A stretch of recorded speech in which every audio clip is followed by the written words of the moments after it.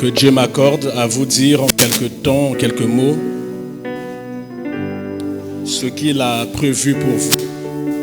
Éternel Dieu Tout-Puissant, je viens devant toi, je viens m'effacer, je viens me recommander à toi. Je te prie, Seigneur Tout-Puissant, de nous faire grâce, de nous faire du bien et de nous parler. Ta parole est vie et esprit, qu'elle rentre en nous, qu'elle produise la vie. Ta parole est une lumière, viens nous éclairer. Ta parole est une épée, donne-nous cette épée pour combattre les puissances des ténèbres et triompher de nos ennemis. Tu es fidèle dans tout ce que tu fais, au nom de Jésus. Amen. J'en profite aussi pour saluer toutes les personnes qui étaient malades, que Dieu a guéri, que Dieu a restauré et que Dieu a ramené parmi nous. Là où tu te trouves, sois en paix et merci pour ta foi, la foi que tu avais manifestée au Seigneur. Et Dieu ne t'a pas oublié, Dieu est avec toi. Frères, si vous pouvez nous envoyer le thème.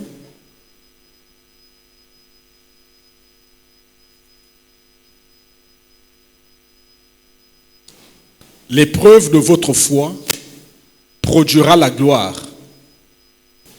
mais la tentation de votre chair, j'aurais aimé que vous puissiez mettre aussi, produira la mort. Modifiez s'il vous plaît. Merci. Il faudra me dire pour que je puisse envoyer. Ceux qui sont en WhatsApp, qui ne sont pas dans le groupe de l'église, pourront aussi s'inscrire auprès de l'ancien Lévalois pour être ajoutés dans le groupe WhatsApp de l'église et bénéficier des prédications et de toutes les annonces, tout le travail que nous faisons dans la semaine. Il y a des exhortations dans la semaine, il y a les prédications du dimanche qui sont mises dans le groupe à travers notre chaîne YouTube. Et nous avons aussi les offres d'emploi. Tous ceux qui sont ici, qui ont une information sur une offre d'emploi, souvent on le met dans le groupe WhatsApp pour que ça puisse bénéficier au plus grand nombre. Toutes les informations liées à l'Église et à l'avancement de l'œuvre de Dieu. Donc vous pourrez vous inscrire. Je disais, l'épreuve de votre foi produira la gloire, mais la tentation de votre chair produira la mort. Amen. Parce que le Seigneur a vu les cœurs. J'ai dû prendre beaucoup de temps, je suis même venu en retard ici parce que c'était un peu trop mélangé dans ma tête entre tentation et épreuve. Il fallait que le Seigneur, le Saint-Esprit m'éclaircisse les choses pour que je puisse vous le dire le plus aisément. Parce que si moi-même je n'ai pas compris ce qu'il faut vous dire, ce sera difficile de vous le dire. Sinon, à le dire en langue, si je le dis en langue, ça passe. Mais combien vont comprendre? Combien ont reçu le don d'interprétation de langue? Donc il faut que moi je comprenne dans mon intelligence d'homme afin de vous le libérer et que vous puissiez aussi comprendre dans votre intelligence d'homme. L'épreuve de votre foi produira la gloire. Nous savons ce que c'est que la foi. C'est une ferme assurance des choses qu'on espère. Une démonstration de celles qu'on ne voit pas, nous dit la Bible. Amen. C'est la confiance que nous avons en Dieu, si vous voulez. C'est la confiance. C'est la ferme assurance des choses qu'on espère. C'est-à-dire, tu sais que Dieu t'a promis quelque chose, même si tu ne le vois pas, tu sais que Dieu va te le donner. C'est ça la foi. Et c'est une démonstration de celle qu'on ne voit pas. Parce que tu sais que Dieu va te donner un enfant, tu vas déjà faire une layette. Mais tu vas déjà faire une layette. C'est ça la démonstration de celle que tu ne vois pas. C'est la foi. Mais le Seigneur parle de l'épreuve. Le Seigneur parle de la tentation. Si l'épreuve est liée à la foi, la tentation est liée à la chair. La chair, ce n'est pas le corps seulement. La chair, c'est la combinaison de notre âme et de notre corps physique. Amen. Cette combinaison-là, c'est ce que la Bible appelle la chair. Je reprends, la chair, c'est la combinaison de l'âme et du corps physique. C'est cette combinaison-là. Quand tu lis la Bible, quand tu lis dans la Bible la chair, sache que Dieu fait allusion au corps physique et à ton âme. Et l'âme, c'est le siège des émotions. L'âme, c'est le siège des sentiments. L'âme, c'est le siège de l'intelligence. L'âme, c'est le siège de la volonté. Le moi, c'est l'âme. Moi, je veux. Moi, je ne pardonne pas. Moi, je suis en colère. Moi, j'ai envie. Moi, je convoite. C'est l'âme. Ce n'est pas l'esprit. L'esprit, c'est le siège de la communion avec Dieu. Dieu ne parle pas à notre âme, Dieu parle à l'esprit. L'esprit de Dieu ne peut pas parler à ton âme. Ton âme a des désirs qui sont contraires aux désirs de l'esprit. Donc Dieu ne parle pas à ton âme. Dieu parle à l'esprit. Or, l'homme est fait d'esprit, d'âme et de corps. Donc la combinaison du corps et de l'âme, c'est ce qui donne la chair. Donc la tentation vient du corps physique, la tentation vient des désirs de l'âme, les désirs qui sont dans notre cœur. Amen. Le Seigneur nous parle de l'épreuve de la foi. On a dit que la foi, c'est la ferme assurance des choses qu'on espère, la démonstration de celles qu'on ne voit pas. Mais je suis allé dans le dictionnaire pour chercher à comprendre c'est quoi l'épreuve. On a eu un petit morceau choisi avec l'enfant Bertin qui s'est levé au sujet de l'épreuve du bac. L'épreuve, on peut dire c'est un essai. L'épreuve, c'est un test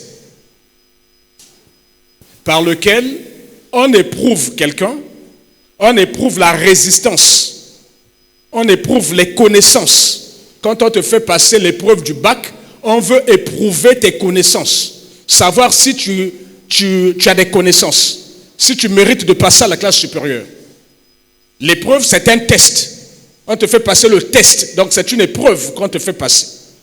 L'épreuve, c'est le test par lequel on éprouve la résistance. On peut éprouver une voiture pour voir si la voiture-là peut résister au choc. C'est une épreuve qu'on fait subir la voiture. C'est un test. On éprouve les connaissances, on éprouve aussi le courage de quelqu'un au travers d'une épreuve, le courage. On peut éprouver aussi la qualité de quelque chose, si elle est bonne ou mauvaise. Je vous ai dit, la résistance d'une voiture au choc, on éprouve. Par exemple, on peut éprouver les performances d'un athlète. Donc, il y a une épreuve de 100 mètres pour savoir que cet athlète-là, ce sportif-là, peut maintenant gagner. On va faire une épreuve. On va faire un test. C'est une épreuve. On peut éprouver aussi l'amitié. L'amitié. On peut éprouver la fidélité. Souvent, il y a des choses qui nous arrivent qui éprouvent notre amitié, notre fidélité envers les uns les autres. Souvent, c'est quand quelqu'un est malade, quand quelqu'un est éprouvé, quand quelqu'un est en difficulté. Et c'est là où tu sauras où sont tes vrais amis. Parce que quand tu as l'argent, tout le monde est ton ami. Tout le monde veut s'approcher de toi. Mais quand tu es en difficulté, quand tu es dans le manque, ça éprouve l'amitié, ça éprouve la fidélité. Est-ce que réellement Bazaki va ninga nanga? Est-ce que réellement Bazaki va famille nanga? Est-ce que réellement, on peut éprouver une amitié, on peut éprouver une fidélité, on peut éprouver même le foyer. Amen. On peut éprouver le mariage. La femme tombe malade. Est-ce que le mari va continuer à regarder la femme comme il le regardait avant? Le mari tombe malade, le mari perd le travail, n'a plus d'argent. Est-ce que toi tu continues à regarder le mari comme tu l'as regardé avant quand elle te donnait l'argent chaque fin de mois? Ça, c'est une épreuve qui vient dans votre foyer. Ça éprouve l'amour dans le cœur d'une femme ou l'amour dans le cœur d'un mari. Ça, c'est l'épreuve. Donc, ces tests-là, souvent quand on les fait, c'est pour déclarer qui est admis, qui est échoué. Amen. Qu'est-ce qui est bon, qu'est-ce qui est mauvais? Qui est fidèle, qui ne l'est pas?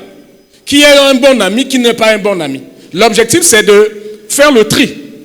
Par exemple, pour le bac, l'épreuve du bac, mais a donné que 45% ou je ne sais combien de jeunes Congolais sur 90 000 élèves, peut-être plus de 90 000, ça fait 45%, moins de 50% qui ont satisfait à leur bac. Donc ça donne une image au pays du niveau de nos enfants. Amen. L'épreuve permet de voir le niveau des enfants.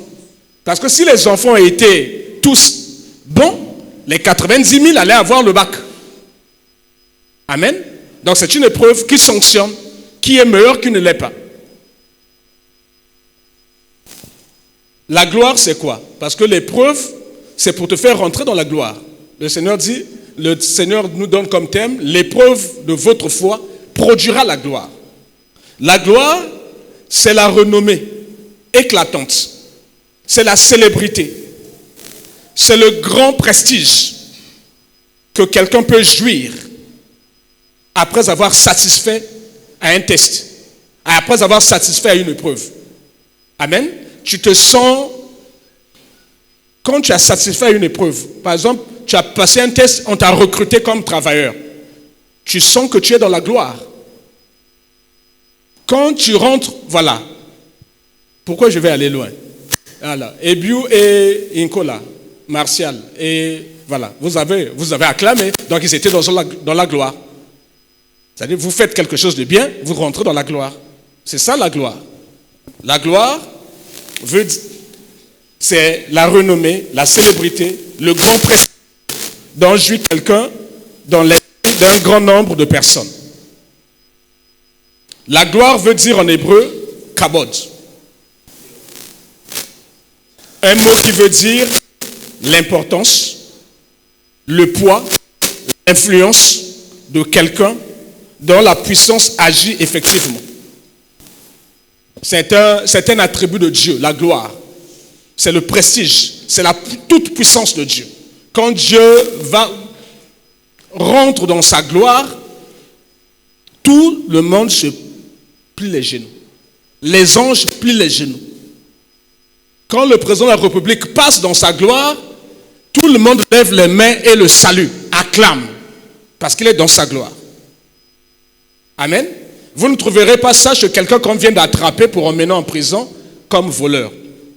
Vous ne trouverez pas la gloire au travers d'un homme qu'on vient d'attraper en adultère. La gloire est partie. Il n'y a pas de gloire. Amen. Parce que le test est négatif.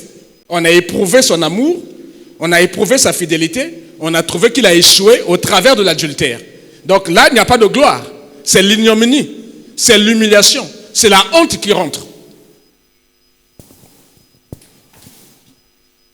L'épreuve de votre foi produira la gloire, mais la tentation de votre chair produit la mort. On oppose épreuve à la foi, on oppose tentation à la mort. C'est quoi la tentation? La tentation, c'est l'impulsion qui est différente de la pulsion. Tout à l'heure, je vais expliquer. C'est l'impulsion, c'est-à-dire la force extérieure à vous. La tentation, c'est quelque chose, une force extérieure à ta personne qui éveille en toi un désir et qui t'incite à poser un acte, à commettre un mal. Le Seigneur parle à quelqu'un. C'est différent d'une pulsion. Les pulsions, de fois, c'est chez toi. Ce n'est pas quelque chose d'extérieur. Tu as des pulsions de violence. Quand tu te mets en colère, tu attrapes quelque chose pour taper quelqu'un. Ce n'est pas quelque chose d'extérieur. C'est en toi. C'est une pulsion. Mais l'impulsion, c'est quelqu'un qui déclenche de l'extérieur. Donc la tentation, ce n'est pas en toi. C'est quelque chose d'extérieur à toi. C'est quelqu'un d'extérieur qui éveille tes sens.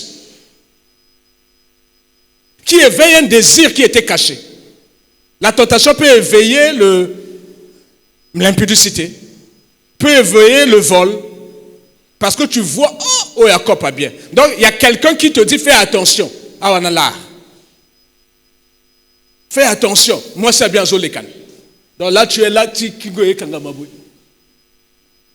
Amen.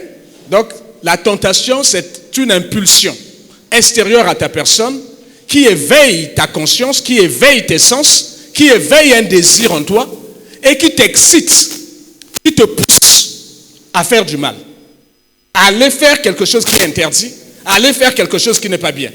Parce qu'on ne peut pas parler de la tentation quand il s'agit de quelque chose qui est normal. D'accord? Il n'y a pas de tentation. Et la tentation souvent éveille en nous ce qu'on appelle la convoitise. Amen.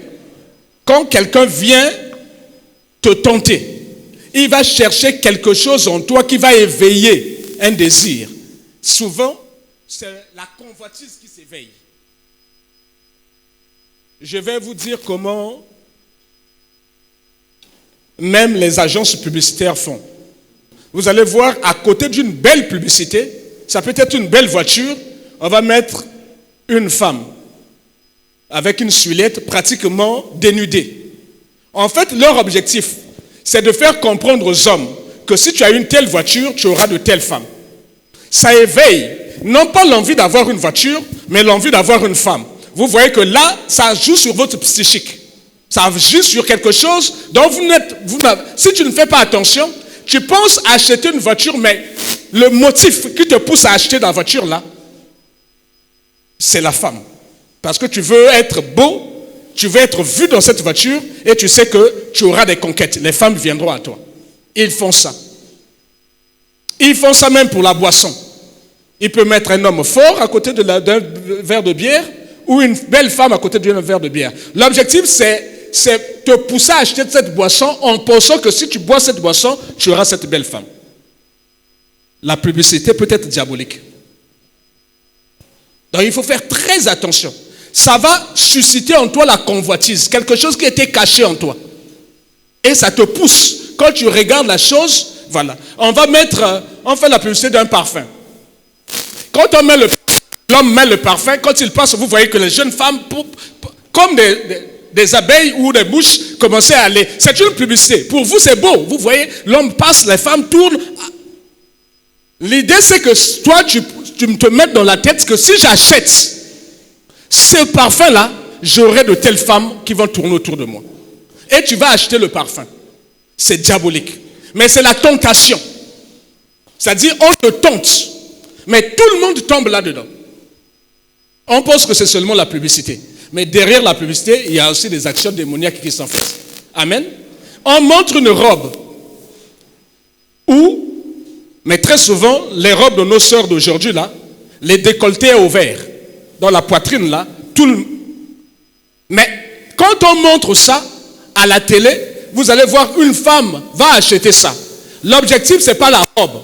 L'objectif, c'est que quand elle est dans cette robe-là, dans la publicité, tous les hommes se tournaient pour la regarder. Donc elle se dit, si j'ai une telle robe, si je passe, les hommes vont me regarder. Je suis en train de parler à quelqu'un. Il faut faire très attention, le diable est très subtil. Le diable ne vient plus avec les massacres, avec les marteaux pour nous taper. Non, non, non. C'est maintenant beaucoup d'intelligence qu'il met pour faire des choses subtiles et nous attraper et nous mettre dans ses pièges. C'est ça la tentation. C'est quelque chose d'extérieur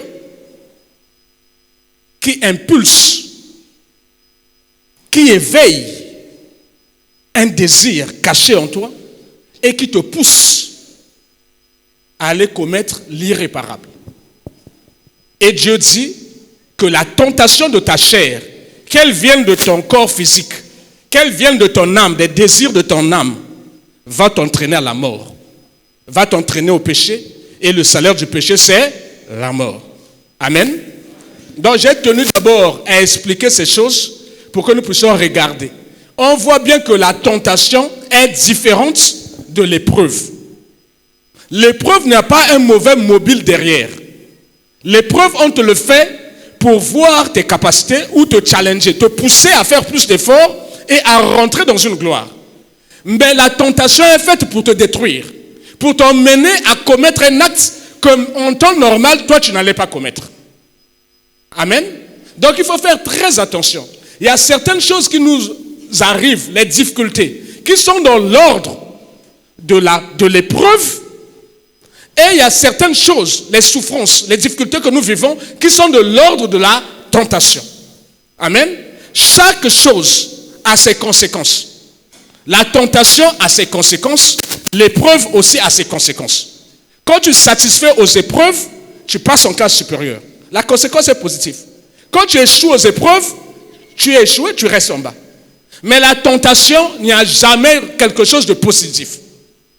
Quand tu es tenté, c'est pour t'emmener vers la destruction. Et beaucoup d'enfants de Dieu souffrent aujourd'hui. Ils pensent que non, ce sont les épreuves de Dieu. On n'a qu'à vivre des épreuves en disant, mais non, non, non, non, non, non, non. Ce sont les conséquences de la tentation dont tu as été l'objet et tu as succombé à la tentation. Ce que tu vis, ce n'est pas les épreuves voulues par Dieu. Ce que tu vis, tes difficultés, tes problèmes, tes combats, ce sont les conséquences de la tentation. Tu as succombé à la tentation et tu es tombé dans le filet, tu es tombé dans le piège, tu es tombé dans le trou, tu es tombé dans la prison du diable. Aujourd'hui, tu souffres. Ne mets pas ça sur Dieu. Le Seigneur parle à quelqu'un? Il y a une différence entre la tentation et l'épreuve.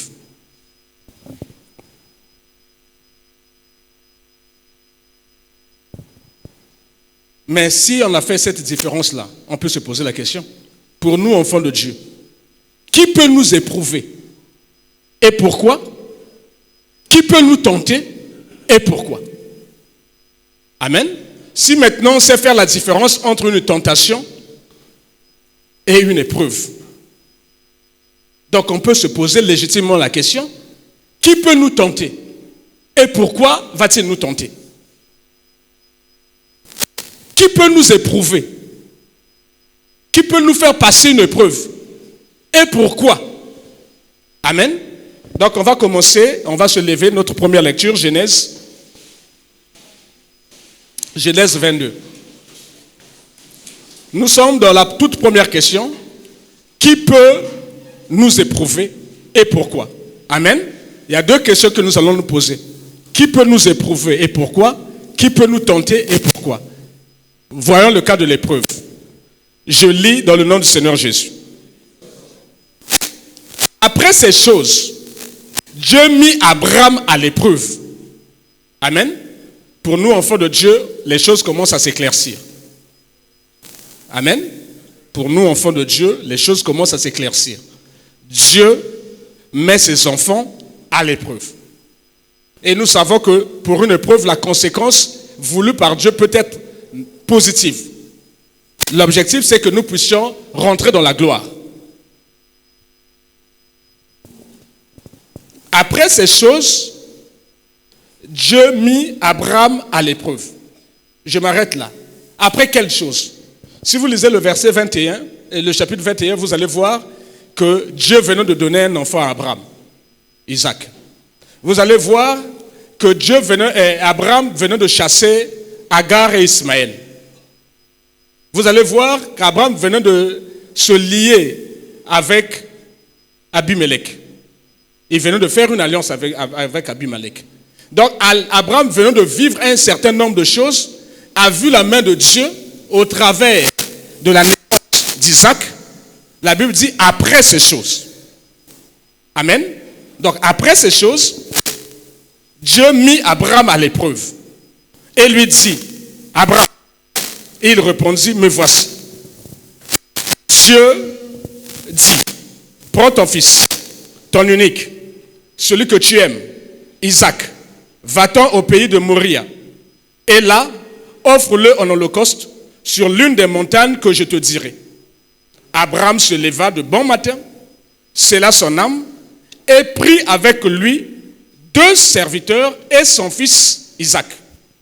Il fendit du bois pour l'holocauste et partit pour aller au lieu que Dieu lui avait dit.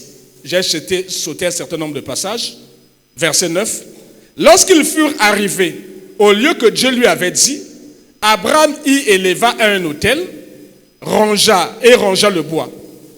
Il y a Isaac, il y a son fils Isaac, et le mit sur l'autel, par-dessus le bois. Puis Abraham étendit la main et prit le couteau pour égorger son fils. Alors l'ange de l'Éternel l'appela des cieux et dit, Abraham, Abraham. Il répondit, me voici. L'ange dit, n'avance pas ta main sur l'enfant et ne lui fais rien. Car je sais maintenant que tu crains Dieu et que tu ne m'as pas refusé ton fils, ton unique. Veuillez vous asseoir. Amen. Ici, on nous donne qui peut nous éprouver et pourquoi. Amen. C'est une épreuve. C'est quelque chose, c'est la meilleure chose qui soit arrivée à Abraham. Il traînait, il était devenu vieux, il n'avait pas d'enfant. Sa femme était devenue vieille, pas d'enfant. Et Dieu leur accorde une grâce d'avoir un enfant. Et l'épreuve consiste à se débarrasser de cette chose. Et Dieu le mit à l'épreuve. Dieu ne le cache pas, la Bible ne cache pas que Dieu est le Père qui peut nous éprouver. L'objectif c'est quoi? À la fin, merci. L'objectif, c'est qu'à la fin, Dieu voulait voir la fidélité d'Abraham. Voulait voir la crainte de Dieu dans le cœur d'Abraham. Voulait voir si Abraham était obéissant. Voulait voir si Abraham l'aimait réellement. Si Abraham était capable de faire un plus grand sacrifice pour lui. Amen. Voici l'épreuve. C'est Dieu qui permet cette épreuve et c'est Dieu à la fin qui déclare à Abraham que tu es devenu le père de la foi. Nous tous, nous sommes devenus les fils d'Abraham à cause de la foi, à cause de ce que Abraham a eu à faire. Et Dieu a déclaré à Abraham que toutes les descendances de la terre seront bénies par toi. Dieu a dit à Abraham que toutes les nations seront bénies par toi. Dieu a dit à Abraham qu'il va détruire tous ses ennemis qui se lèveront devant lui.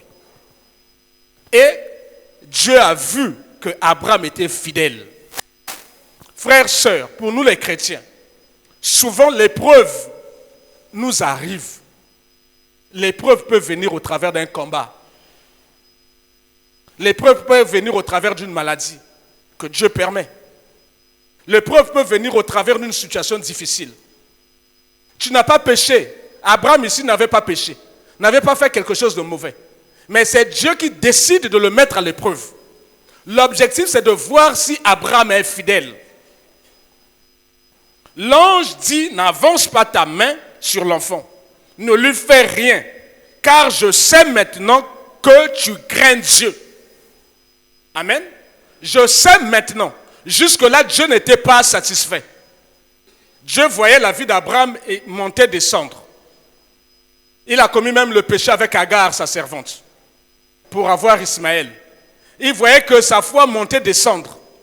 Et Abraham montait même. Il a menti à Pharaon que Sarah était sa sœur. Il a menti 2 fois chez Abimelech que Sarah était sa sœur. Dieu disait, ah, ce gars-là, est-ce qu'il est sûr? Celui à qui confier toute cette famille-là, est-ce qu'il est sûr? Celui à qui je veux confier ma fille-là au mariage, est-ce qu'il est sûr? Celui à qui je veux confier l'église, est-ce qu'il est sûr? Est-ce qu'il est un pasteur sûr? Tel qu'il parle là, tel qu'il fait là, on voit beaucoup de zèle. Mais est-ce qu'il a la foi? Est-ce qu'il me craint? Est-ce qu'il m'aime? Donc il arrive des situations de nos vies que Dieu peut permettre pour voir notre sincérité, pour voir notre puissance, pour voir si nous l'aimons, si nous. Vous savez, beaucoup de chrétiens viennent dans les églises, ils prennent Dieu pour un guichet de banque. Ils prennent Dieu pour le faiseur de miracles. Ils ne viennent pas parce qu'ils aiment Dieu. Ils aiment parce que Dieu fait des miracles. Dieu donne, Dieu s'occupe d'eux. Quand le problème, Dieu n'a pas donné, donc il n'y a pas de fidélité. Ils ne craignent pas Dieu. En réalité, ce sont intérêt. Ceux qui nous ont église. Ceux qui nous ont église.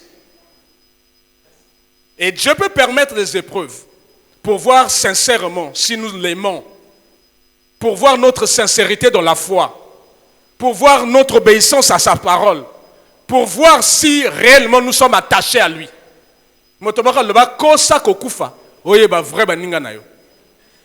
Amen. Il faut qu'il ait une épreuve. À un certain moment, il faut éprouver les gens. Il faut éprouver une amitié. Même dans la famille, il faut éprouver les gens. Pour savoir ce que balinga kayo, balinga kayot. Amen. Donc, Abraham a passé son test. Son test était concluant positif. S'il s'agissait de trouver le boulot, on allait dire Abraham, boulot angoy.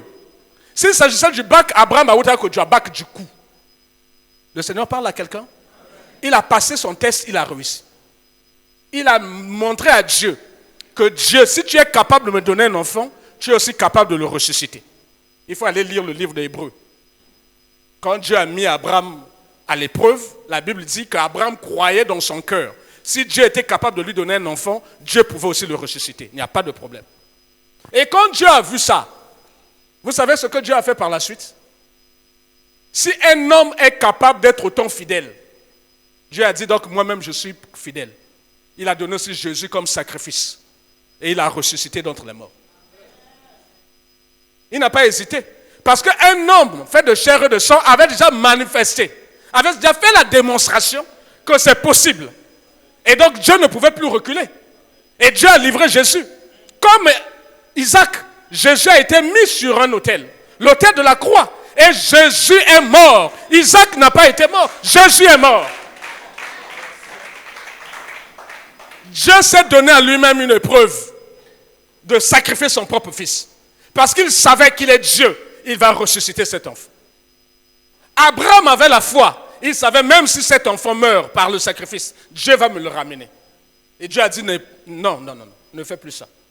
Et Dieu lui a montré un bélier derrière qui a subi l'holocauste à la place de l'enfant. Amen. C'est Dieu qui nous éprouve. Je vous ai dit que l'épreuve, c'est pour nous faire passer en classe supérieure, nous faire rentrer dans la gloire. Amen. L'épreuve, c'est pour voir si nous avons réellement la foi en Dieu. Si réellement nous craignons Dieu. Si réellement nous sommes fidèles à Dieu. Tu peux être ici, Dieu va te bénir, va t'élever, peut te donner beaucoup d'argent. Mais sache qu'un jour, Dieu va permettre une épreuve dans ta vie pour juger de ta fidélité. Amen. Dieu ne fait pas confiance aux gens comme ça là. Non. Même après 20 ans, Dieu va te mettre à l'épreuve. Dieu a mis à l'épreuve son propre fils Jésus. Il fallait qu'il meure. Jésus a failli dire à Dieu, enlève cette coupe. C'est trop difficile. Mais après, il s'est rendu compte, il dit non. Dieu aime l'obéissance. Mieux que les sacrifices. Non pas ma volonté, mais que ta propre volonté soit faite. Il a accepté. Amen. Si Dieu a éprouvé Jésus, toi qui es-tu pour ne pas subir l'épreuve? Je parle de l'épreuve, je ne parle pas de la tentation. Tout à l'heure, on va voir la tentation. Amen. Donc, tout un chacun ici, si tu es chrétien, tu es sur terre, sache qu'un jour tu seras éprouvé. L'épreuve viendra de Dieu. Dieu veut voir la qualité de la foi. Dieu veut voir la qualité de ta confiance. Dieu veut voir la qualité de ton obéissance. Dieu veut voir la qualité de ta fidélité. Un jour, Dieu va permettre une épreuve dans ta vie. Le Seigneur parle à quelqu'un. Donc, quand tu es chrétien, il faut savoir et discerner, est-ce que ce que je vis là est une épreuve ou ce que je vis là est la conséquence d'une tentation pour laquelle j'ai succombé. Amen.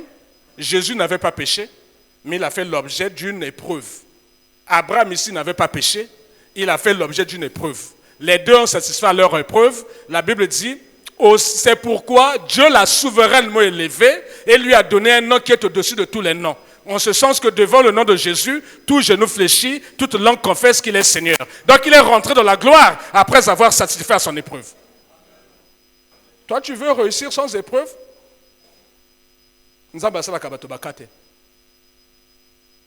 Tu veux réussir sans épreuve? On ne peut pas convaincre Dieu avec ça. On ne peut pas tricher. On ne peut pas corrompre Dieu. La réussite sur terre, ici, tu peux corrompre les hommes. Et tu passes outre l'épreuve. Tout le monde fait l'épreuve, mais toi, tu ne fais pas l'épreuve. Parce que tu as donné l'argent. C'est sur terre. Frères, sœurs, si vous voulez accéder à la gloire du Seigneur, sachez qu'un jour, Dieu vous mettra devant une épreuve. C'est un effet miroir. Il veut voir si réellement tu l'aimes. Il veut voir si réellement tu as la foi. Il veut voir si réellement tu crains Dieu. Il veut voir si réellement tu es obéissant. Dieu te mettra à l'épreuve, que tu le veuilles ou pas. Sinon, tout le monde est bon. Tout le monde est chrétien. Tout le monde aime Dieu. Tout le monde Yahweh. Oui, tout le monde peut le faire. Mais tout le monde doit passer par l'épreuve. Que tu le veuilles ou pas, tu passeras par l'épreuve. Ce qui est merveilleux avec l'épreuve de Dieu. Frère, envoie-nous le livre de 2 Pierre. Ce qui est merveilleux, c'est ça. Quand j'ai lu ça, j'étais rassuré. J'étais en paix. Le Seigneur sait délivrer de l'épreuve les hommes pieux. Amen. Et réserver les injustes pour être punis au jour du jugement. Dieu ne permettra pas que tu sois tenté au-delà de tes forces. Quand viendra des moments difficiles, il te donnera aussi la force pour t'en sortir. Ici, Dieu est en train de dire, pour ceux qui sont pieux, pour ceux qui craignent son nom, pour ceux qui aiment son nom, pour ceux qui ont la foi comme Abraham, Dieu va les délivrer de l'épreuve. C'est Dieu lui-même, au travers de l'ange de l'Éternel, qui a dit à Abraham, ne fais pas du mal à l'enfant. C'est lui-même qui est descendu pour délivrer Abraham de cette épreuve. Amen. Quand Dieu a vu la foi, quand Dieu a vu l'obéissance, quand Dieu a vu la crainte de son Saint-Nom, il dit c'est bon, c'est déjà bon, il faut aller délivrer. Toi, ange de l'Éternel, va délivrer Abraham. Le bon aya salate. Je suis convaincu de sa foi, je suis convaincu de sa crainte, je suis convaincu de son obéissance. Le Seigneur sait délivrer de l'épreuve les hommes pieux, les hommes qui ont la foi, les hommes qui le craignent, les hommes qui l'aiment, les hommes qui sont fidèles. Dieu ne te délivrera pas parce que tu connais chanter toutes les chansons de Moïse Mbille. Dieu ne te délivrera pas parce que tu connais la Bible de A à Z. Dieu délivre les hommes qui sont pieux, les hommes qui craignent son nom, les hommes qui marchent dans la vérité, les hommes qui sont fidèles, les hommes qui sont obéissants, les hommes qui manifestent la foi. Ce sont ces personnes-là que le Seigneur sait délivrer. Donc si tu n'es pas encore dans le lot de ces personnes, bandaka kolela. Tant de preuves n'a eu que yaka bandano kolela kaka. Même peu au leli, nous avons salate. Amen. Les épreuves vont arriver. Et les épreuves arrivent à tout le monde. Si Dieu même lui-même a accepté l'épreuve en sacrifiant son fils Jésus, si Dieu a poussé Abraham, son meilleur ami, l'homme de la foi, à sacrifier le seul enfant que Dieu lui avait donné, si Dieu a permis à Jésus de passer par le feu, le fourneau du feu, la fournaise ardente de la mort, comme épreuve, il a même dit, mon Dieu, pourquoi tu m'as abandonné?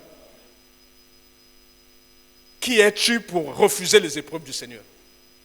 Qui es-tu pour ne pas subir les épreuves? Sachant que les épreuves mènent dans la gloire. Les épreuves ne sont pas faites pour nous détruire. Les épreuves sont faites pour nous qualifier à la gloire, pour nous préparer à l'enlèvement, pour nous préparer à passer l'éternité avec Jésus. Si tu refuses l'épreuve, tu refuses la classe supérieure. Si tu refuses l'épreuve, tu refuses d'entrer au ciel. Si tu refuses l'épreuve, tu acceptes le péché. Et le salaire du péché, c'est la mort. Le Seigneur parle à quelqu'un?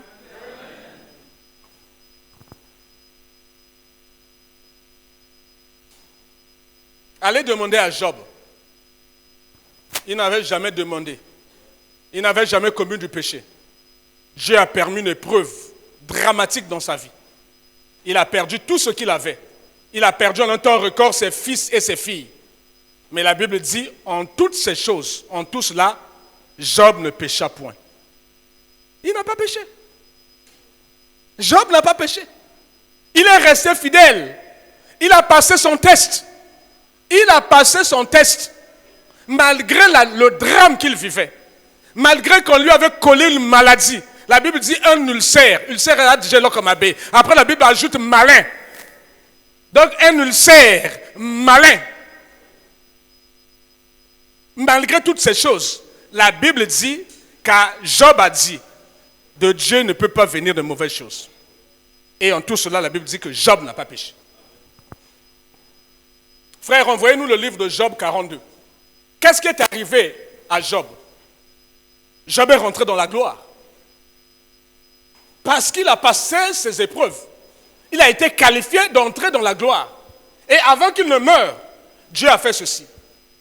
L'Éternel, Job 42, du verset 10 au verset 16. L'Éternel rétablit Job dans son premier état, l'état de santé. Quand Job eut prié pour ses amis, Job qui n'avait pas péché, Job qui n'avait rien imputé de mal à Dieu. Job a continué à prier pour les autres, comme si de rien n'était. Malgré le drame qu'il a connu, il a continué à servir Dieu. Il a continué à aimer Dieu. Il a continué à venir à la maison de Dieu. Il a continué à parler de Dieu en bien aux autres. Il a continué à imposer les mains. Dieu a vu ça, dit, ah, il est fidèle, il est fidèle, il est fidèle, il est fidèle, il est fidèle, il est fidèle, il est fidèle. Et Job a passé son test. L'Éternel rétablit Job dans son premier état. Quand Job eut prié pour ses amis, et l'Éternel lui accorda le double de tout ce qu'il avait possédé. Pendant ces dernières années, Job reçut de l'Éternel plus de bénédictions qu'il n'en avait reçu dans les premières années. Il posséda 14 000 brebis, 6 000 chameaux, 1000 paires de bœufs et 1000 ânesses. Il eut 7 fils et 3 filles. Job vécut après cela 140 ans. Et il vit ses fils, les fils de ses fils, jusqu'à la 4e génération. Qui dit mieux? Qui dit mieux? Qui peut faire mieux que ça? S'il avait refusé, s'il avait écouté sa femme, qui lui avait dit maudit Dieu et meurt, il serait là?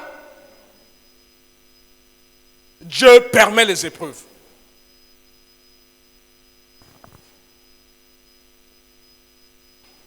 Frère, envoie-nous le livre de Jacques. Jacques 1, verset 2 à verset 4.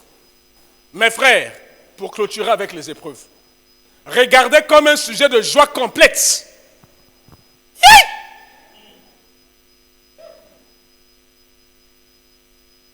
Ça, le Seigneur s'adresse à tout le monde qui pleure.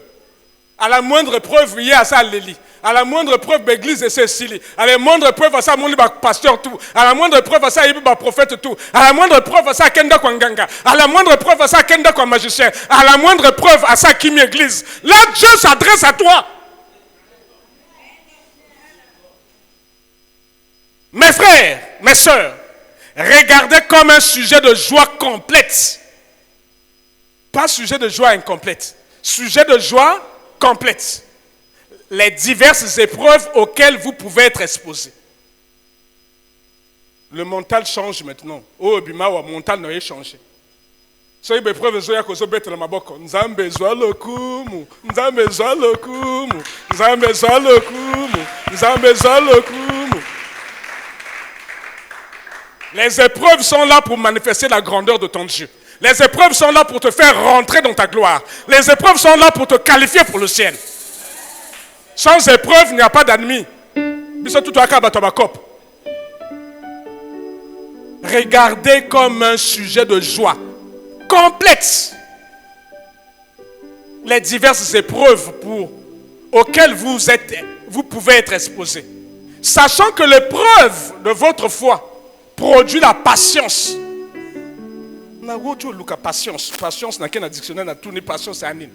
La patience, c'est l'aptitude d'un individu à se maîtriser dans une situation de tension. C'est l'aptitude de quelqu'un qui se maîtrise même dans les difficultés, même dans les combats. Il se maîtrise. Il ne perd pas le nord, il ne perd pas la voix, il ne perd pas le latin, il ne dit pas n'importe quoi. Il se maîtrise. C'est ça la patience. C'est l'aptitude d'un individu à se maîtriser dans une situation de tension ou face aux difficultés. C'est aussi la capacité à rester calme, sans s'irriter, sans s'ennuyer, face à une longue attente ou à un retard. Donc, aux autres, les locs, aux autres, aux vendis suit, aux autres, là, aux autres, l'école Abraham. Hein? Qui n'a pas vu que son corps était déjà usé. Et il savait que si Dieu a dit, Dieu est capable. Même ceux qui n'ont commis coco, nous sommes pas coupés. Donc il peut y avoir une épreuve qui arrive dans ta vie. Non pas parce que non pas parce que non. C'est que Dieu t'a promis quelque chose qui tarde à venir. Dieu aussi veut voir là. Si toi tu es fidèle, la chose tarde. Alors qu'Habakkuk avait dit, si tu trouves qu'elle tarde, attends-la, car elle s'accomplira certainement. Donc le temps peut devenir aussi un élément d'épreuve. Le temps. Il faut être patient. Et la patience, c'est un fruit de l'esprit. Mon frère, il faut manger les fruits de l'esprit. Oh, vous cherchez seulement les dons de l'esprit. Olingo le baka prophétie. Olingo le baka en langue interpréter que la langue. Au Seigneur il faut imposer les mains que les malades soient guéris. Au Seigneur ça va miracle. Tu oublies de demander les fruits de l'esprit. Le don, Evan Anayo, les fruits sont liés ici. Vous voyez la différence entre un fruit et un don? Les dons, il n'y a pas d'effort à faire. C'est quelqu'un qui te fait don. Mais le fruit, il y a un effort à faire. Il faut cultiver, il faut travailler la terre, il faut planter, il faut arroser, il faut attendre. Quand ça arrive à maturité, il faut lire. Mais le fruit, c'est qu'on lit il faut lobby pour le fruit. Amen. Si tu es patient, aujourd'hui tu peux être patient, demain tu peux être impatient. Donc chaque jour, il te faut demander le fruit de la patience à Dieu. Chaque jour. Amen. Si tu pardonnes, aujourd'hui tu peux pardonner, demain tu peux être excédé. Donc chaque jour, il faut demander le fruit qu'on appelle pardon à Dieu. Que Dieu chaque jour te charge. Aux olia et sili, au chargé. Chaque jour, normalement, ta prière le matin, là, Seigneur, accorde-moi les fruits de l'esprit. La patience, la paix, la joie, l'amour, le pardon, la bénignité. Tout, l'hospitalité. Tout ça là, la douceur, la tempérance. Tout ça là, tu dois les avoir. Le Seigneur parle à quelqu'un? L'épreuve de votre foi produira quoi? La patience. Mais il faut que la patience accomplisse parfaitement son œuvre. Si tu es patient, donc attends que la patience... Non, c'est bon d'écouter ce genre de choses. Ça traumatise, ça... C'est extraordinaire. Il faut que la patience accomplisse parfaitement son œuvre afin que vous soyez comment? Parfait. Et accompli. Sans faillir en rien. La gloire viendra là. Parce que tu n'as failli en rien. Aussi longtemps que tu n'es pas accompli. Aussi longtemps que Dieu n'a pas vu que tu es parfait. Aussi longtemps que la patience n'a pas produit son effet dans ta vie. Tu ne peux pas rentrer dans la gloire. Voilà, trop pressé. Et les chrétiens sont devenus trop pressés. Ils refusent les épreuves. Ils ne veulent pas des épreuves. Voilà pourquoi il y a une tentation, il y a une tentation, frère, nous avons éprouvé. Qui peut te tenter? Qui peut te tenter, mon frère?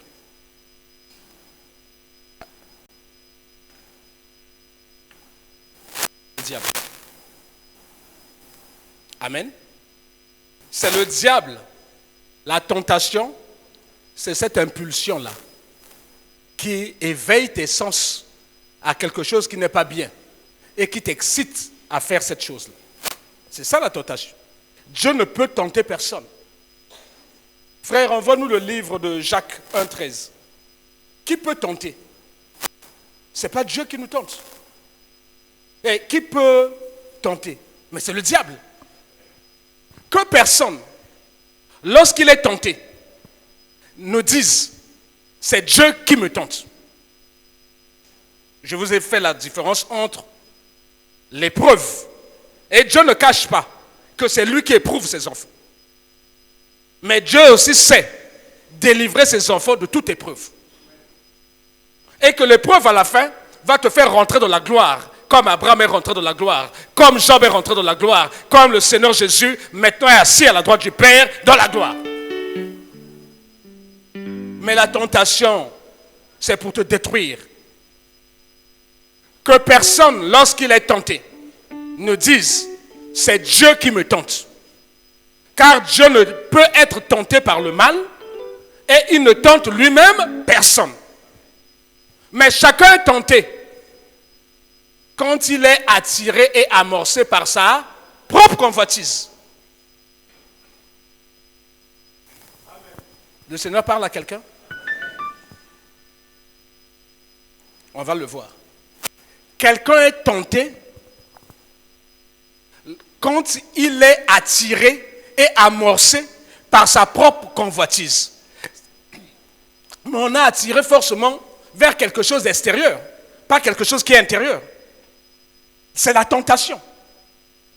Il y a quelque chose que l'on met devant toi, comme un épouvantail, pour attirer ton attention. À cet instant, dès que tu prêtes attention à ça, il y a la convoitise qui naît en toi. Si tu ne prêtes pas attention à ça, la convoitise ne naîtra pas. Frère, sœur, mon frère, tu peux voir une femme même dévêtue. Altiba collecter le banda. Si toi tu regardes et que ta conscience ne fait pas naître la convoitise, il n'y aura rien.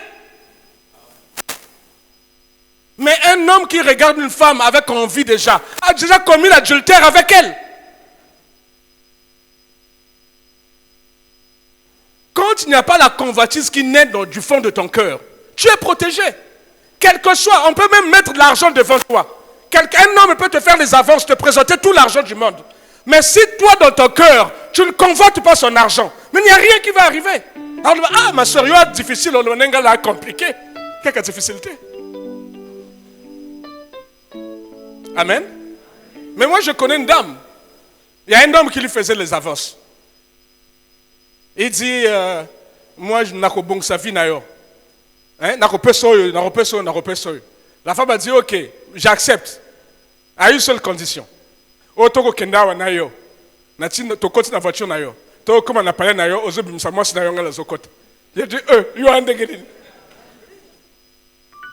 amen.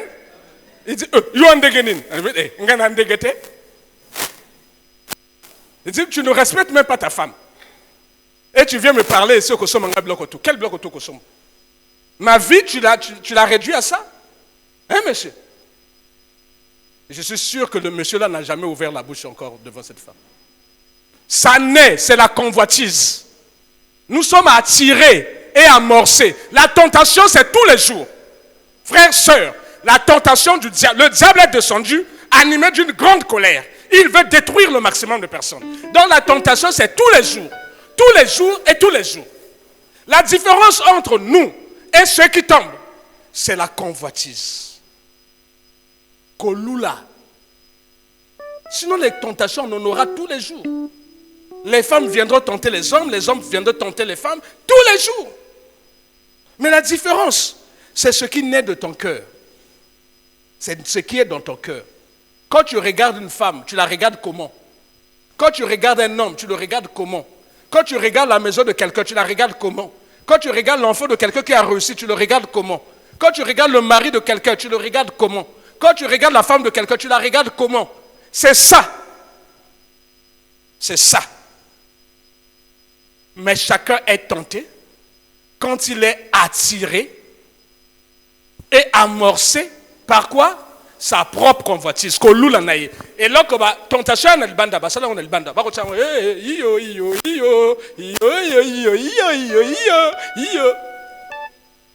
Et le diable est en train de te voir. Le diable lui, il kele.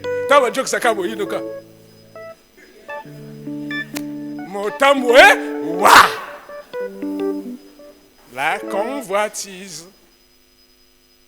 Chacun est tenté, chacun est attiré et amorcé par sa propre convoitise. Puis la convoitise, lorsqu'elle a conçu, enfante quoi? Le péché.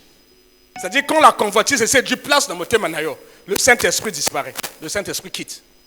Parce que ma cambo comme ça est irrationnel. La convoitise est déjà là.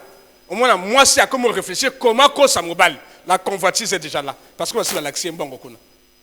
La convoitise est là. L'homme cherche comment, à cause de moi, si. La convoitise est déjà là. Comment je vais faire pour voler l'argent de la société? La convoitise est déjà là.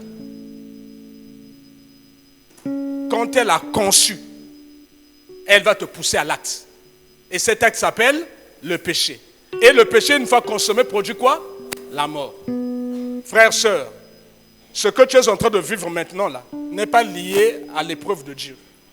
Tes difficultés là, tu es tombé dans le piège du diable à cause de la tentation. Tu as été séduit et tu as ouvert les portes.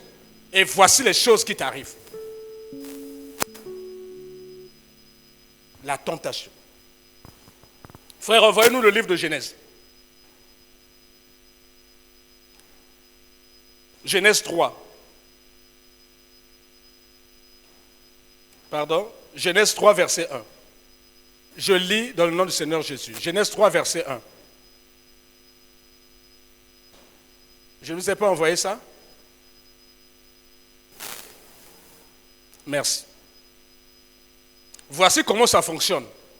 La tentation et la convoitise. Voici comment ça fonctionne. Je vous ai expliqué comment fonctionne l'épreuve et la gloire. Il faut aussi qu'on explique la tentation et le péché par la convoitise. Je reviens pour vous lire la définition de la convoitise que j'ai vue dans le dictionnaire. C'est le fort désir de posséder et de jouir d'une chose qui le plus souvent appartient à autrui ou qui est plus ou moins interdite. La convoitise, c'est un fort désir de posséder une chose souvent qui appartient à quelqu'un d'autre. Tu convoites sa femme, tu convoites ses enfants, tu convoites son argent, tu convoites son mari, tu convoites son poste, tu convoites... Voilà, c'est ça la convoitise.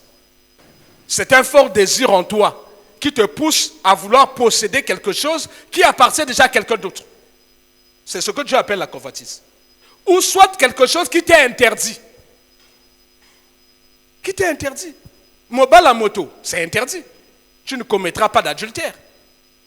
Tu ne convoiteras pas la maison de ton prochain, tu ne convoiteras pas sa femme, tu ne convoiteras pas son mari, tu ne convoiteras pas ses enfants, tu ne convoiteras pas son mini-bétail, tu ne convoiteras rien de ce qui lui appartient. C'est dans la Bible, ce sont les 10 commandements. Mais souvent, ce qui nous arrive, c'est que le diable sait que, par essence, nous sommes les descendants d'Adam et Ève. Il y a la convoitise dans chacun de nous. Ce qu'il fait maintenant, c'est emmener la tentation, emmener quelque chose dehors qui va réveiller ce désir de posséder cette chose. Et là, tu es amorcé. Et là, la convoitise commence à travailler. Et la convoitise, quand elle a conçu, ce qu'au quotidien, il y a convoitise, ça finira par enfanter. Tu vas enfanter le péché. Et quand le péché produit ses effets, c'est la mort qui vient. Voici la définition de la convoitise. Je vais vous la lire pour que chacun de nous comprenne. On va voir l'exemple ici. L'Éternel, le serpent était le plus rusé de tous les animaux des champs que l'Éternel Dieu avait fait. Il dit à la femme, sachez que le serpent dont on parle là, c'est le serpent ancien. C'est le diable. Si vous lisez dans le livre d'Apocalypse 12, on dit, il y eut guerre dans le ciel.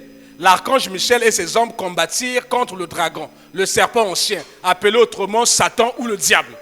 Amen. C'est le serpent ancien. Ce n'est pas l'animal. Ici, c'est l'esprit du diable. C'est le diable qui parle. Il dit à la femme, Dieu a-t-il réellement dit, vous ne mangerez pas de tous les arbres du jardin? La femme répondit au serpent, nous mangeons du fruit des arbres du jardin. Mais quant au fruit de l'arbre qui est au milieu du jardin, Dieu a dit, vous n'en mangerez point et vous n'y toucherez point, de peur que vous ne mouriez. Alors le serpent dit à la femme, vous ne mourrez point. Mais Dieu sait, le jour où vous en mangerez, vos yeux s'ouvriront. On commence, ça c'est la tentation qui arrive. Et ça commence à éveiller un désir. Le premier désir, c'est d'avoir les yeux ouverts. Les yeux ouverts à quoi? À Zaki aveugle, Ève. À quoi mon athée? Ève ne voyait pas. Ève était aveugle. Ève voyait même le serpent. Elle savait même que c'est le diable qui est derrière. Elle était aveugle. On lui dit que la première chose que tu vas voir, c'est...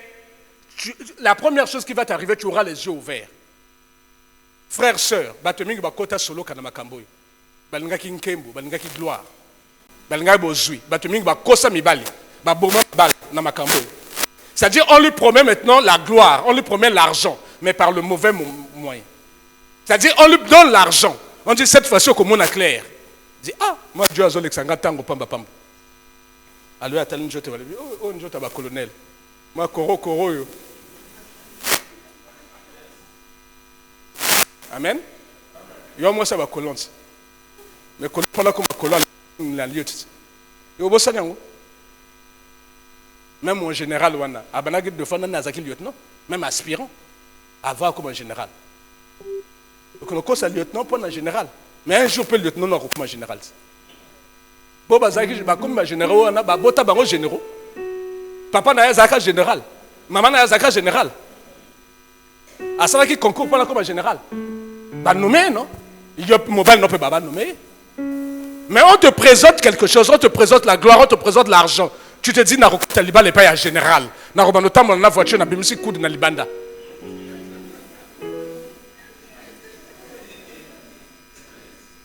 Dubaï, pamba, pamba, poto, pamba, pamba. Mais c'est la convoitise parce que tu vois la femme du général à Keneke Dubaï à Zongaka. Donc toi tu vois ça, tu dis, Ngai pe fo eloko. Mise fo ngabati.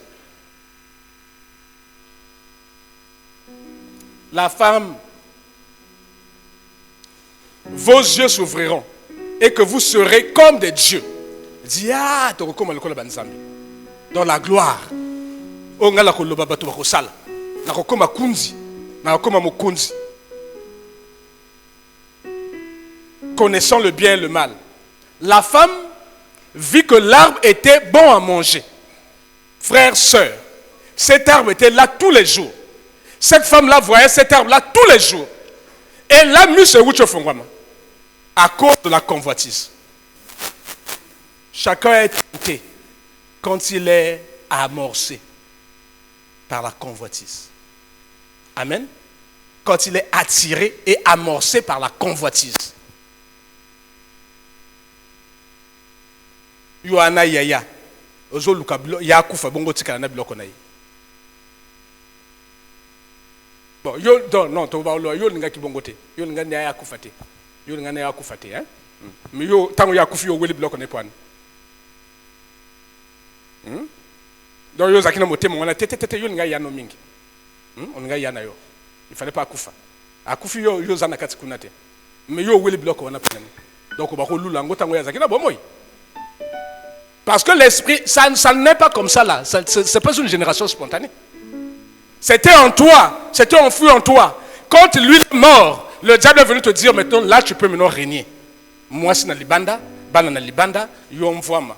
Bana ou moi alila, bana na yoba kote la TV. Bana moninga ba kote na libanda, bana na yoba kote la télé. Okosomba bango ba lunette. Le Seigneur parle à quelqu'un? C'est là. La femme vit que l'arbre était bon à manger. Depuis quel jour il y a comme on a bien? Depuis quel jour il y a comme on a mobile wana yi bien? Mobile wana il est marié. Depuis quel jour il y a comme on a moi wana bien? Elle est mariée. Depuis quel jour? Comme on a moi sinon nanda comme bien. Depuis quel jour? Depuis quel jour comme on loue la voiture à moto? Depuis quel jour comme on loue la mosala à moto? Depuis quel jour comme on loue la ndako à moto? Depuis quel jour comme on loue la bloc à moto? Et bandine de Guénine. Ça a commencé comment? Explique-nous. Depuis quel jour Ève a commencé à aimer cet arbre? Depuis quel jour Ève a vu que cet arbre était bon à manger? Elle était là tous les jours, elle voyait cet arbre. Elle voyait le fruit. La femme vit que l'arbre était bon à manger et agréable à la vue. Agréable à la vue. Et qu'il était prêché pour ouvrir l'intelligence. Donc il y a un vrai zob. Elle prit de son fruit et en mangea. Et elle en donna. Ah, nous amis. Innocent, oui.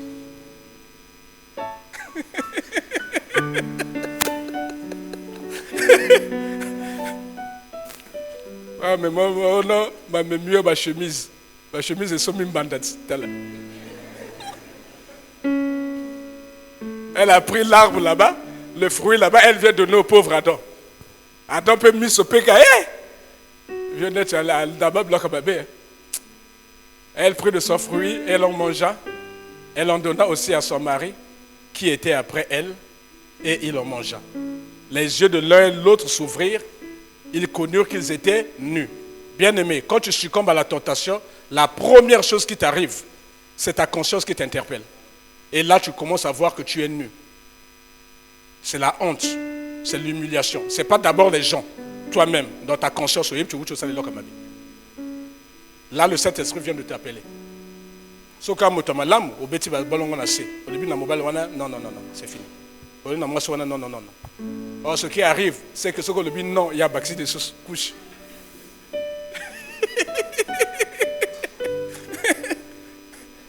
Avec ce couche.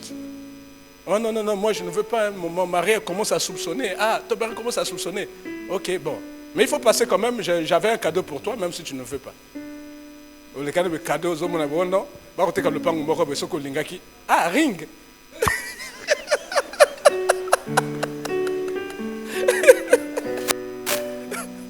Amen. Et il coupe un ring.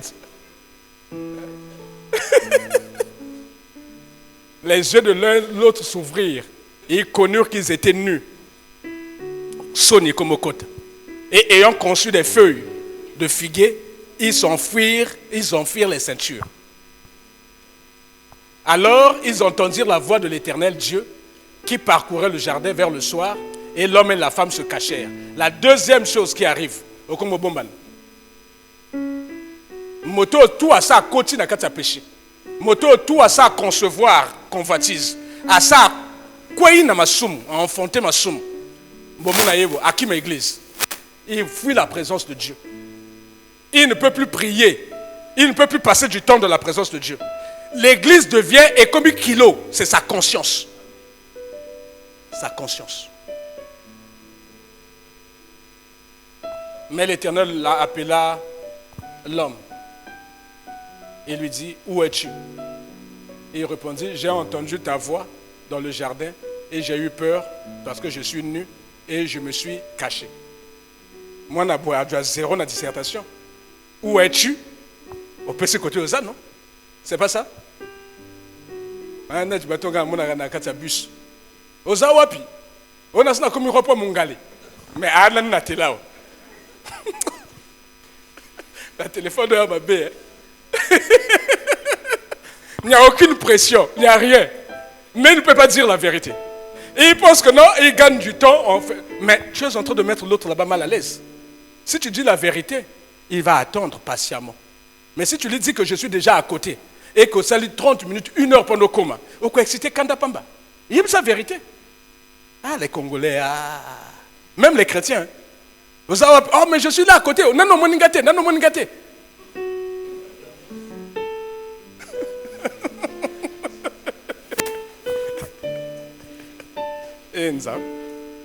Amen. Voici ce que produit la tentation et la conséquence. Frère, Genèse 39 et Genèse 3,16. On va terminer par là. Vous m'excuserez du temps que j'ai pris pour vous parler de ça. Mais ça me tenait au cœur, ça me brûlait. Et c'est très important pour moi-même, pour que je puisse mettre cette parole en pratique et que je ne passe pas à côté, que je ne manque pas le coche. Amen. Ce n'est pas tout que de parler aux autres, mais c'est tout de parler et de mettre en pratique soi-même. Amen. Voici les conséquences quand tu as les conséquences de la tentation. On a dit la conséquence de l'épreuve est positive. Mais la conséquence de la tentation, voici ce que Dieu dit. Il dit à la femme, j'augmenterai ta souffrance, la souffrance de tes grossesses, et tu enfanteras avec douleur, et tes désirs se porteront vers ton mari, et il dominera sur toi. Sœurs, il y a plusieurs sœurs qui sont dans cette situation. Quand tu lis là, il faut demander au Saint-Esprit la révélation. D'accord? La grossesse, ce sont les projets. Quand tu conçois les projets là, c'est comme une grossesse. Le projet n'a eu et puis tu enfantes avec douleur. Le projet, monsieur, ça a mordé. Parce que tu avais succombé à la tentation. Au Bilaki Mbongo, on a pas mon bongo à Dubaï, non? Mon bongo n'est que ça là-bas morné. C'est une mauvaise grossesse. Le Seigneur parle à quelqu'un. Frère, au Canada, il y a un bongo, on a pas comme homme d'affaires, non? L'affaire n'a eu que c'est la mauvaise grossesse. Donc ça va morné. Donc on réussir à dire alors comment côté. On ne se moque pas de Dieu. Ce qu'un homme sème, il le moissonnera. Il dit à l'homme, puisque tu as écouté la voix de la femme et que tu as mangé de l'arbre au sujet duquel je t'avais donné cet ordre, tu n'en mangeras point, le sol sera maudit. Il y a beaucoup de gens ici.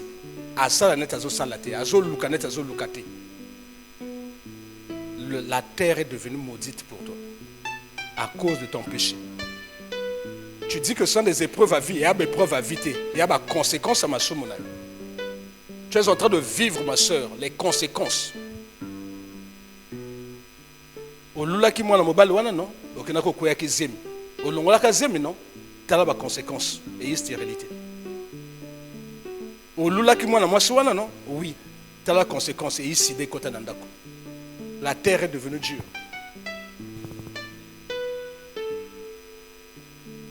C'est à force que tu en tireras la nourriture tous les jours de ta vie. Bien-aimé dans le Seigneur, la terre te produira, le sol te produira maintenant des épines. Ça arrive souvent à ceux qui sont dans la sorcellerie. Et ils pensent gagner en rentrant dans la sorcellerie, en rentrant dans l'occultisme. Au Salabatomabé, ce qui arrive, c'est que tu as succombé à la tentation du diable qui t'a montré la gloire du monde, comme il avait montré à Jésus. Jésus a refusé la tentation du diable. Mais plusieurs acceptent cette tentation en entrant dans la sorcellerie, en entrant dans l'occultisme. Ce qui va t'arriver, c'est ça.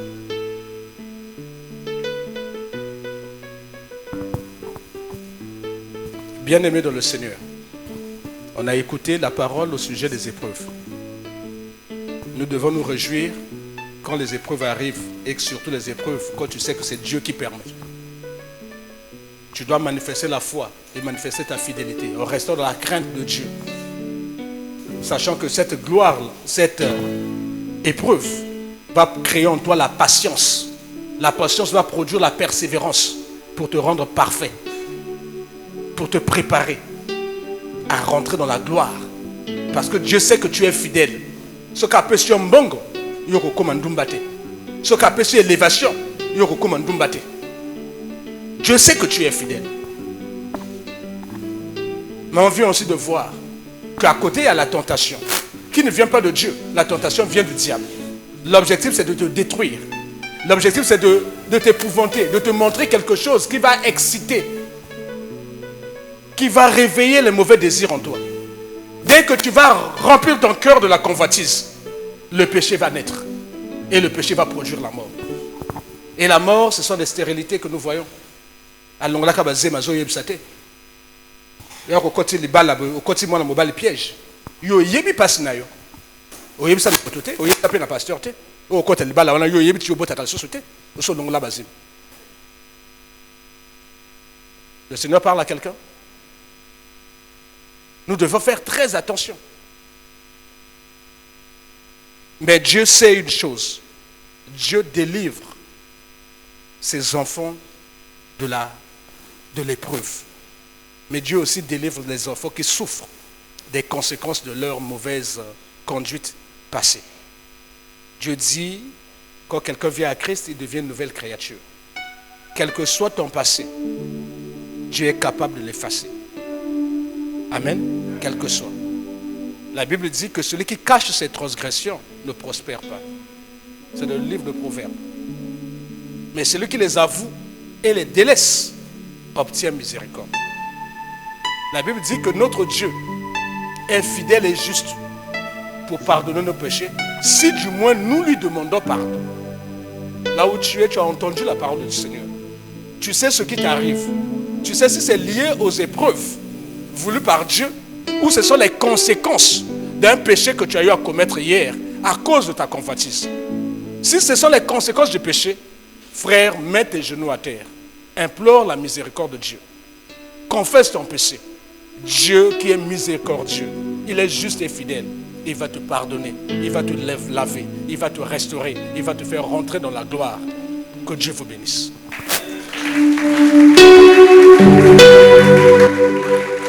C'est gentil.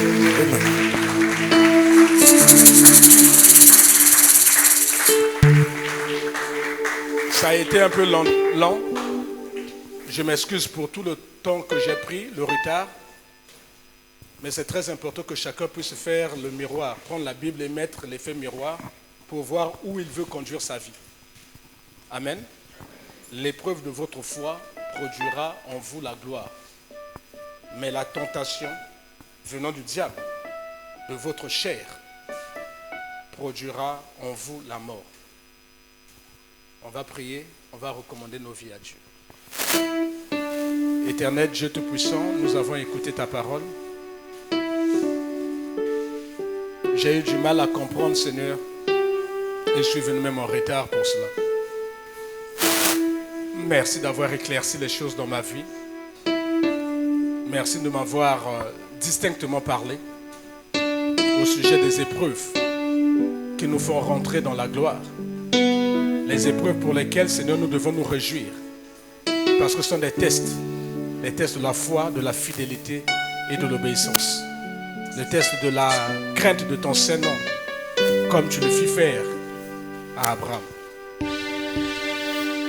Seigneur, tu m'as dit aussi la différence qu'il existe entre l'épreuve qui vient de toi et la tentation qui vient du diable.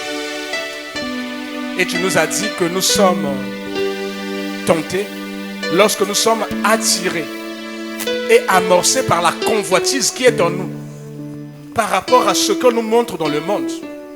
Quelque chose qui est en nous nous pousse à commettre l'irréparable. Et la conséquence, c'est qu'elle finira par concevoir et produire le péché.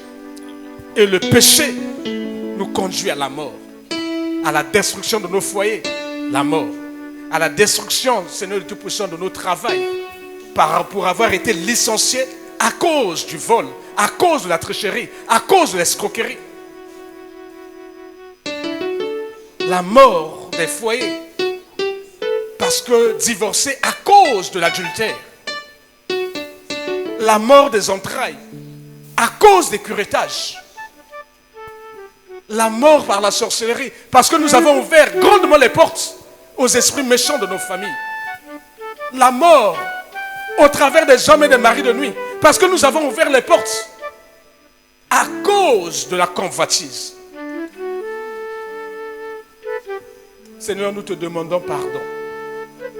Personne n'est exempt, Seigneur. Nous répandons nos âmes devant toi. Nous ne voulons pas sortir d'ici, Seigneur, avec ces choses dans nos cœurs. Nous implorons ta miséricorde. Nous implorons ta grâce. Seigneur, ne nous rejette pas. Ne nous tourne pas le dos. Tu as dit, Seigneur, ô Dieu, que celui qui confesse ses péchés obtiendra miséricorde. Mais celui qui les cache ne prospérera pas. Seigneur, nous venons avouer tout ce que nous avons fait, qui attire maintenant des combats dans nos vies, qui attire des malheurs dans nos vies, qui a ouvert des portes aux esprits méchants, aux esprits de la sorcellerie dans nos vies. Seigneur, nous répandons nos cœurs, nous répandons nos âmes, nous implorons ta miséricorde, nous implorons ta grâce, nous te demandons pardon. Ta parole nous dit que tu es fidèle et que tu es juste pour nous pardonner, si du moins nous te demandons pardon. Seigneur, écoute ma voix. Seigneur, écoute la voix de tes filles. Seigneur, écoute la voix de tes fils. Seigneur, écoute la voix de nos familles. Seigneur, nous te demandons pardon pour tout ce que nous avons eu à faire. Sauve-nous, Seigneur. Délivre-nous, Seigneur, de ces combats que le diable nous a imposés à cause du péché. Délivre-nous, Seigneur, des combats que le diable nous a imposés à cause de la convoitise. Délivre-nous des péchés, Seigneur, que le diable nous a imposés, Seigneur, à cause des envies. Père éternel, sauve nos âmes. Ne nous rejette pas, ne nous tourne pas le dos. Où irons-nous, Seigneur? C'est toi qui as des paroles de vie. Tu viens d'en prononcer. Nous acceptons nos fautes, Seigneur. Nous répandons nos âmes, Seigneur. Nous implorons ta miséricorde, ta miséricorde, ta miséricorde, ta miséricorde, ta miséricorde, ta miséricorde, ta miséricorde, ta miséricorde, ta miséricorde, ta miséricorde. Pardonne. Seigneur, nous prions que le sang de Jésus nous purifie et nous justifie devant toi. Nous ne voulons pas sortir d'ici avec cette mauvaise conscience. Nous ne voulons pas sortir d'ici avec cette mauvaise conscience. Nous ne voulons pas sortir d'ici avec cette mauvaise conscience. Nous demandons que ton sang nous lave. Nous demandons que ton sang nous purifie. Nous demandons que ton sang nous justifie. Car tu as dit dans ta parole, sans effusion de sang, il n'y a pas de pardon de péché. Seigneur, oh Dieu, fais descendre ton sang. Fais descendre ton sang. Fais descendre ton sang. Écoute ma prière. Pardonne mon péché. Sauve mon âme. Ne me prive pas, Seigneur, de ton royaume. Seigneur, merci. Au nom de Jésus. Amen. Que Dieu vous bénisse encore. Amen.